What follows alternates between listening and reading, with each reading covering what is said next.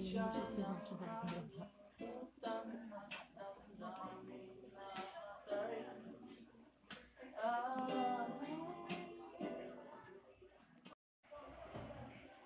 nila, kapag nasakal na ang isang tao sa isang bagay, may konsepto ito ng pagtitiis, pagsasakripisyo, paghihintay, pagpaparaya o pagbibigay na sa sobrang bigat nito, hindi na kinaya at kailangang bumigay.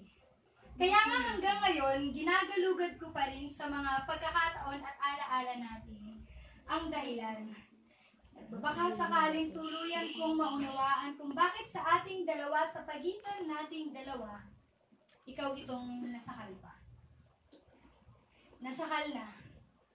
Sabi mo, nasakal ka sa paulit-ulit kong pangangamusta. Samantalang di mo nakikita sa likod nito ang bawat pag-aalala. Nasakal ka sa mga oras at panahong nais kong sakin mo ilaan. Samantalang di mo napapansin, isa mo na itong kakulangan. Nasakal ka sa mga tanong ko kung saan ka nagpunta. Abala ka ba? O ako ba yung nakakaabala? Sino ang iyong kasama? Masaya ka ba? Samantalang di mo nararamdaman ang bigat nitong pangamba. Na baka sa sobrang ligaya makalimot ka. Mawala ka sa akin. Nasa likod nito, ang tanong na kumain ka na ba? Pagod ka ba? Dahil kung oo, mahal, mas piliin mo ang pahinga kaysa sa akin at higit sa lahat, kaysa sa iba. Nasakal ka sa mga pagtatalong halos wala ng katapusan, samantalang di mo naiisip na kinaya mong mahimbing, matulog, maging panatag, gumising sa umaga na parang walang nangyari, na hindi natin napag-uusapan ang awayan kagabi. Nasakal ka sa maraming beses kong pagtatampo, sa lahat ng pambabaliwala mo, samantalang di mo napapansin, tinitiis ko ang lahat ng ito. May sakripisyo. Pero mahal, ang nagpapasikip nitong dibdib ay ang dahilan sa dami ng dahilan para masakal ka. Nasakal ka sa hindi ko sa iyo pagsuko, sa patuloy kong pagtanaw sa malayo, nasakal ka sa maraming beses kong pananatili, nasakal ka dahil ikaw at ikaw pa rin ang aking pinipili kahit mali.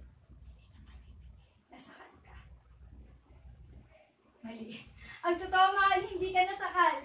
Sapagkat di mo sinubukang magpatiwakal sa pag-ibig, madamot ka, pinili mong magpakamali. Hindi ka nasakal. Dahil kahit kailan, hindi nasasakal ang isang tao hindi nagtiis. Nagsakripisyo, naghintay, nagparaya at nagbigay. Walang taong nasakal na hindi pa tapos sa isa ay may iba na. Hindi lang dalawa, kundi higit pa. Hindi nasasakal ang taong umiibig. Ang tao sa pag-ibig, wala kang itinugon o ibinalik at kung mayroon may maaaring pilit. Mahal, patawad, pero nasasakal na ako. Patawad, kung sa wakas, ito na ang dulo ng binuo mong palabas. Sa wakas. Wakas. Daming salamat.